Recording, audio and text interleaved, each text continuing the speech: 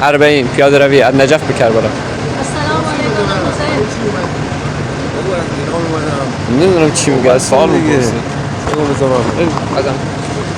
بسم الله الرحمن الرحیم. السلام علی الحسین و علی علی ابن الحسین و علی اولاد الحسین و علی اصحاب الحسین. ما از ایران اومدیم، هر سال 40 میایم کربلا و با این همه ظاهری که از همه کشورهای جهان مثل یه سیل خروشان میرن تا کربلا، همینجوری پشت سر هم، و این چراغی که روشن شده و تا ابد همینجوری روشن میمونه، هیچ وقت خاموش هم نمیشه. الان هم انقدر هوا تو عراق گرمه دیگه، عزادارا سعی میکنن روزا توی موکبا استراحت کنن زیر این کولرها و بعد بیشتر شبا حرکت میکنن که انشالله شب 40 برسن کربلا. و نائب الزیاره همه اون عزیزانی هستیم که امسال نتونستن 40 رو بیان کربلا و اونایی که امسال تو این 40 تو کربلا هستن هر کدوم یه قدم هم بردارن به نیت اونایی که امسال جا موندن از 40 کربلا. و اینو ما به تمام جهانیان میگیم که چراغ امام حسین و اهل بیت و اولادش تا ابد روشن میمونه و هیچ وقت این چراغ خاموش شدنی نیست. تشکر.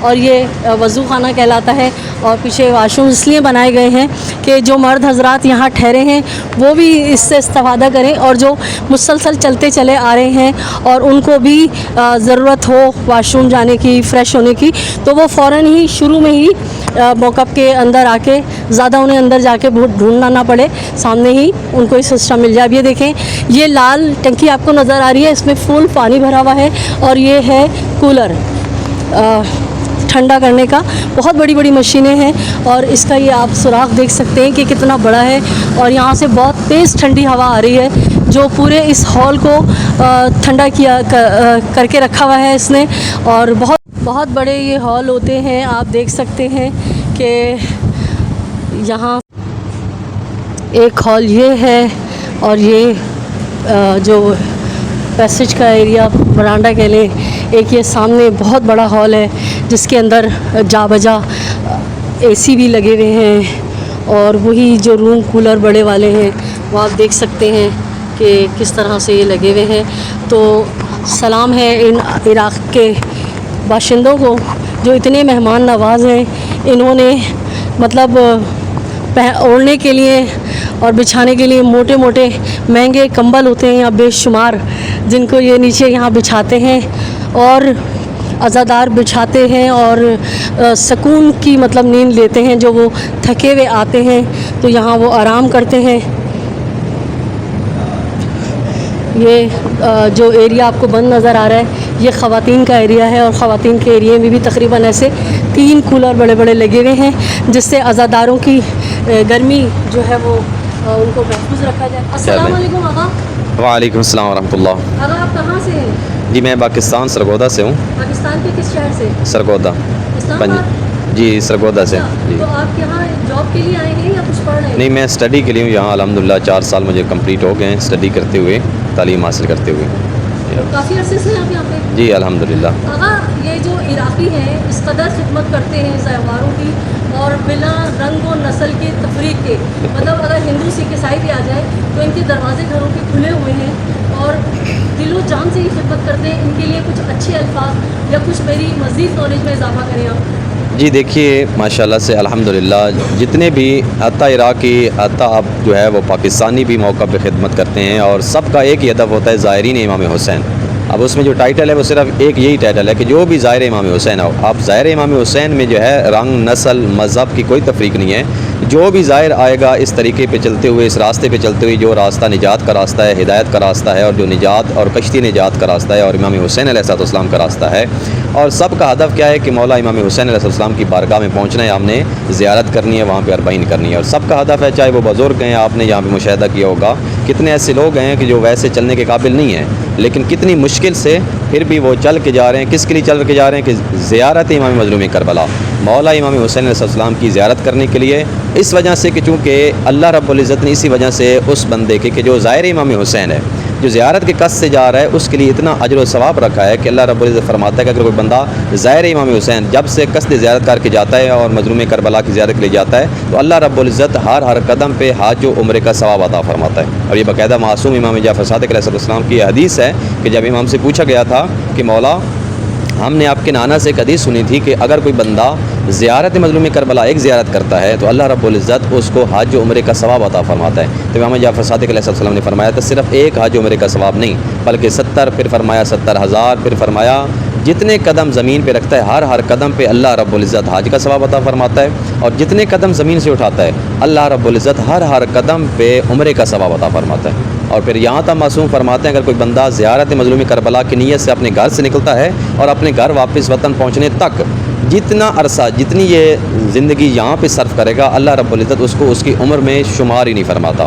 یعنی کیا مطلب؟ یعنی اس کی عمر اور ایج میں اللہ رب العزت اضافہ فرما دیتا ہے کہ پہلے جو ایج کم تھی اس میں یہ دن ایڈ نہیں ہوں گے بلکہ اس کی عمر میں اور اضافہ ہو جاتا ہے اللہ رب العزت۔ کس کے صدقے میں؟ مولا امام مظلوم کربلا کے صدقے میں، اس لیے کہ مولا نے وہ امتحان پیش کیا کہ جو امتحان نہ کسی نبی نے پیش کیا، نہ کسی وسیع نے، نہ کسی اور۔ یہ اتنا اجر و ثواب کیوں ہے؟ چونکہ مولا امام مظلوم کربلا نے جو قربانی دی ہے، وہ امتحان جو دیا ہے وہ امتحان نہ کسی نبی سے لیا گیا، نہ کسی اولیاء میں سے کسی ولی سے لیا گیا، نہ اوصیاء میں سے کسی وصی سے لیا گیا، اور یہ درجات بھی اسی وجہ سے ظاہر امام حسین کے، چونکہ جتنا امتحان بڑا تھا اتنا ہی پھر اس کے بدلے میں جو اجر و ثواب ملا ہے، مولا امام حسین علیہ السلام کو جو اجر دیا گیا وہ بھی بہت بڑا تھا۔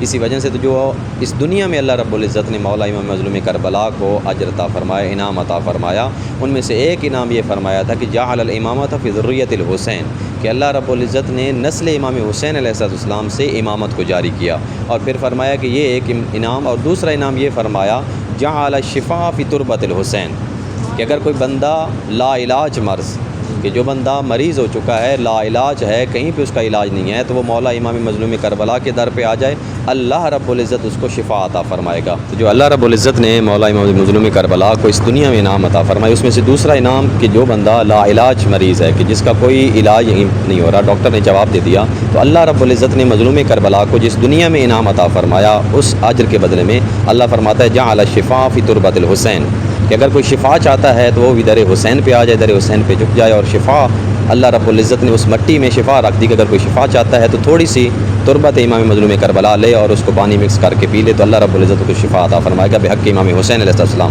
اور تیسرا انعام مختصراً عرض کروں کہ جو اللہ رب العزت نے اس دنیا میں مولا امام مظلوم کربلا کو عطا فرمایا پہلا انعام جعل الامامۃ فی ذریۃ الحسین، پھر فرمایا جعل الشفاء فی تربۃ الحسین، جعل الاجابۃ تحت قبۃ الحسین، کہ اگر کوئی بندہ چاہتا ہے اس کی دعا کوئی قبول نہیں ہو رہی تو وہ در حسین پہ چلا جائے، اللہ رب العزت بحق امام حسین علیہ السلام اس کی دعا کو قبول رد نہیں فرمائے گا۔ جس طرح کہ آپ کو روایات میں ملتا ہے کہ جب آپ مکہ جاتے ہیں تو پہلی نظر جو پہلی نگاہ آپ کی پڑے گی، جب وہاں پہ دعا کریں گے اللہ اس دعا کو رد نہیں فرماتا۔ ان مقامات میں سے دوسرا مقام مولا امام حسین علیہ السلام کا گنبد ہے، کہ گنبد کے نیچے کھڑے ہو کے جو بھی آپ دعا کریں گے اللہ رب العزت اس کو بحق امام مظلوم کربلا اس دعا کو رد نہیں فرماتا۔ تو یہ زائرین امام حسین، یہ جوش، یہ جذبہ سب کچھ اس وجہ سے ہے کہ ہمیں بھی مولا مظلوم کربلا کی شفاعت نصیب ہو جائے۔ ہر بندہ یہی چاہ رہا ہے کہ ہم مولا امام مظلوم کربلا کے ساتھیوں میں سے ہو جائیں، ہم مولا مظلوم کربلا کے جو کل کو مولا حسین بلا رہے تھے کہ حل من ناصر ینصرہ، تو ہر بندہ آج چل کے جو نہیں چل سکتا، بزرگ ہیں، بچے ہیں، اپنے چھوٹے چھوٹے بچوں کو لیڈیز ساتھ لے کے چل رہی ہیں اس اتنی دھوپ میں، اتنی گرمی میں بھی، صرف یہ کہ ہم اس حل من ناصر ینصرہ کی صدا پہ لبیک کہتے ہوئے مولا حسین کی بارگاہ میں حاضر ہو جائیں۔ السلام علی الحسین وعلی علی ابن الحسین وعلی اولاد الحسین وعلی بنات الحسین، وآخر دعوانا الحمدللہ رب العالمین۔ لبیک یا حسین، اللہم صلی علی محمد۔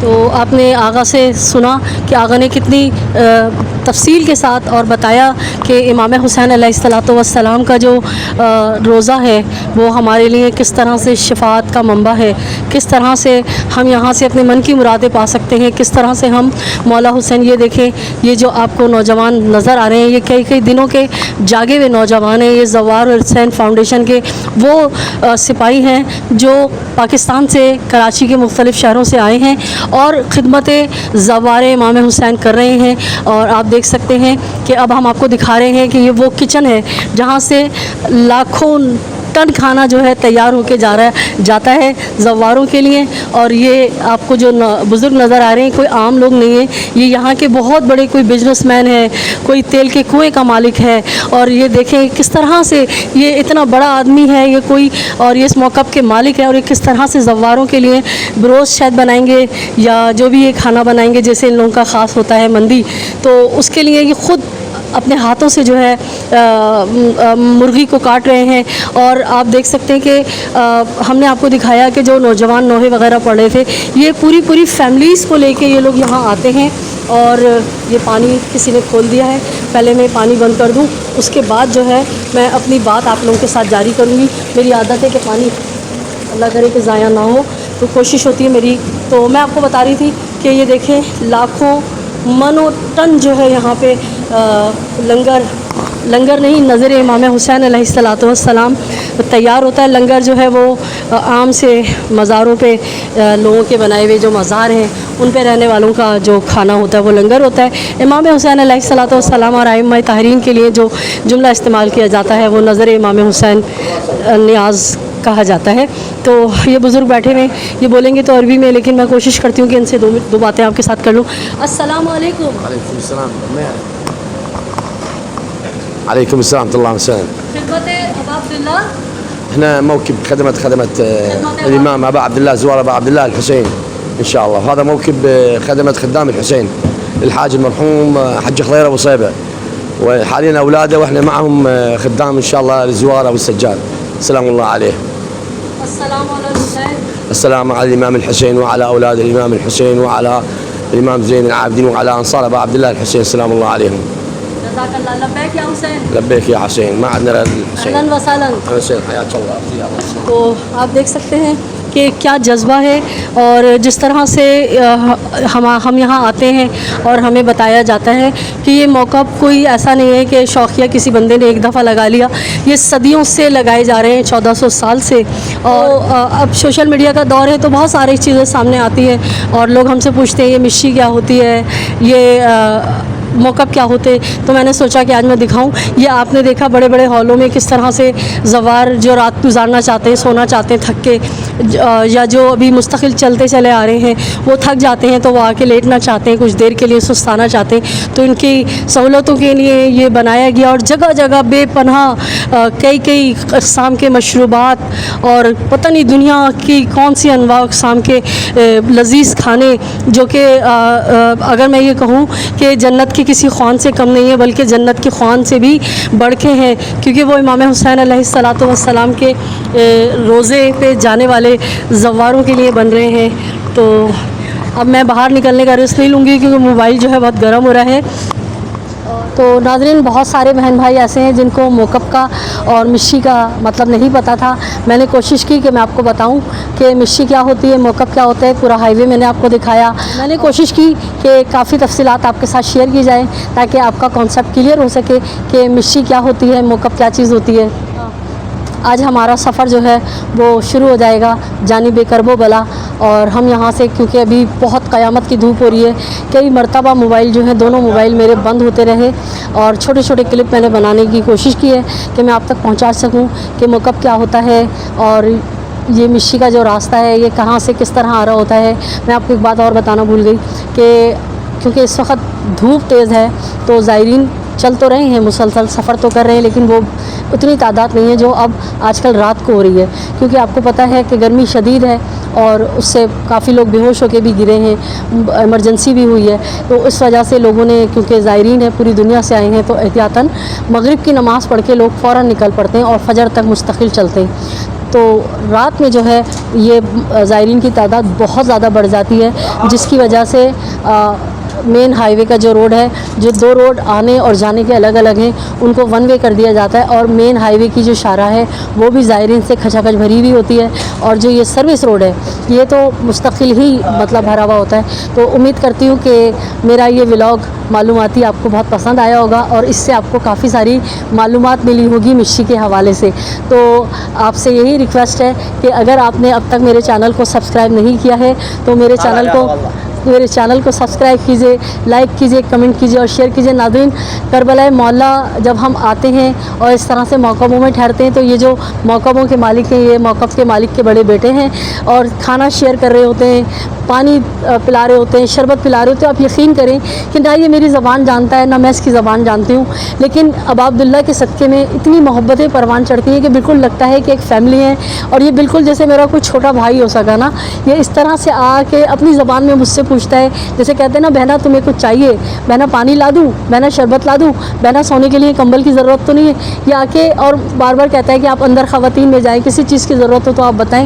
یہ رشتہ, میں نے کہا نا حسین نام ہے محبتوں کا, حسین نام ہے جوڑنے کا, حسین نام ہے ایک مالا میں پرونے کا.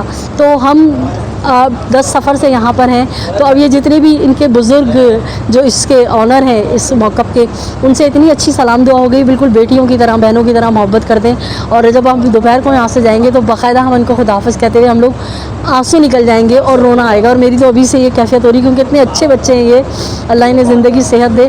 بالکل ایسے محبت, اتنی اپنائیت, غیر ہیں ہم نہ ہماری زبان ایک ہے نہ ہمارا ملک ایک ہے, لیکن کیا محبت ہے. اور سلام ہے ان عراقیوں کو, سلام ہے کہ کیا خدمت نہیں کرتے. میں آپ کو کیا بتاؤں کہ کیا نہیں کرتے. آپ کے پیر دبانا, جو مرد حضرات آ رہے ہوتے ہیں ان کے یہ لڑکے, نوجوان لڑکے پیر دباتے ہیں, ان کے پیروں کی جو مٹی ہے اس کو اپنے سروں پہ لگاتے ہیں, اپنی آنکھوں میں لگاتے ہیں. کئی دفعہ میں آئی وٹنس ہوں کہ میں اپنے پیر دبانے کے لیے جب خواتین کے موقف میں گئی ہوں تو وہ خواتین میرے پیروں کی دھول کو جو ہے اپنے سر پہ, اپنے ماتھے پہ لگاتی ہیں, اس دھول کو اپنی آنکھوں میں سرما بنا کر لگاتی ہیں کہ ظاہر امام حسین کی پیر کی دھول ہے.